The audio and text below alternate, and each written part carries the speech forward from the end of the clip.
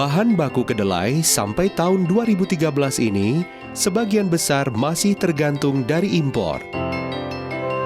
Hal ini tentu saja menjadi tantangan besar bagi Kementerian Pertanian, khususnya Badan Litbang, untuk menciptakan kiat dan solusi guna menggapai kejayaan petani kedelai agar tercapai kemandirian pangan nasional, khususnya dalam komoditas kedelai.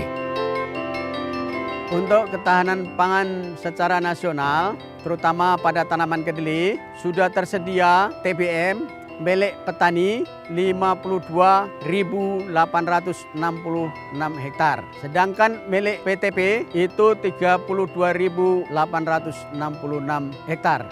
Luas tanaman kelapa sawit TBM di Sumatera Utara tersebut, bila dapat ditanamin kedelai secara menyeluruh, dapat membantu keperluan kedelai.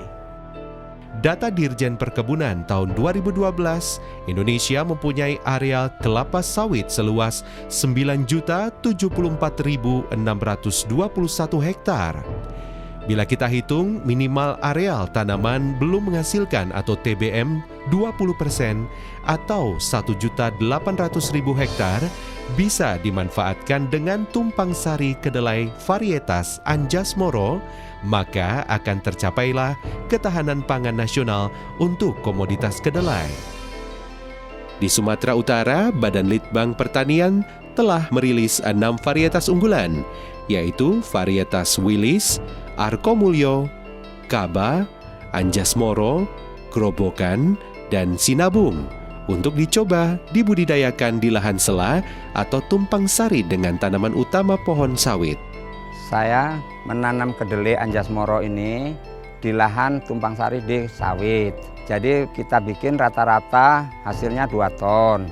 Kita habis biaya modalnya kena kita 8 juta per hektar.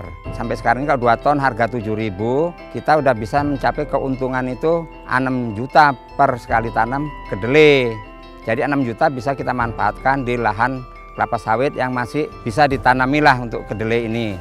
Kedelai varietas Anjas Moro hasil inovasi Badan Litbang Pertanian, bulir-bulirnya padat berisi, berjumlah lebih banyak, tidak mudah rebah dan tidak mudah pecah bijinya, adaptif dan tahan naungan sebagai tanaman tumpang sari.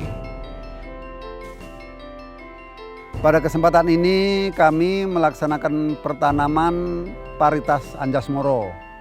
Varietas Anjas Moro ini memang banyak mempunyai kelebihan. Kalau kita buat seperti konsumsi, banyak mengandung rendemen cukup tinggi, apakah itu tahu dan tempe.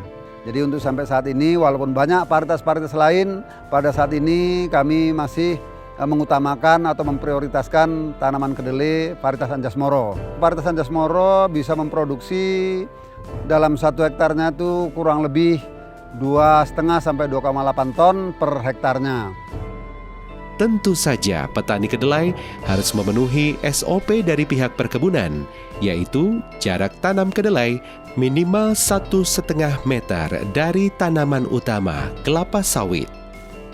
Tinggal selangkah lagi, kalau saja hal ini bisa menjadi kesadaran dan obsesi semua stakeholder dan komitmen hadirnya lembaga penyangga harga komoditas kedelai dari petani, maka janji kemandirian pangan dalam sektor kedelai akan menjadi kenyataan.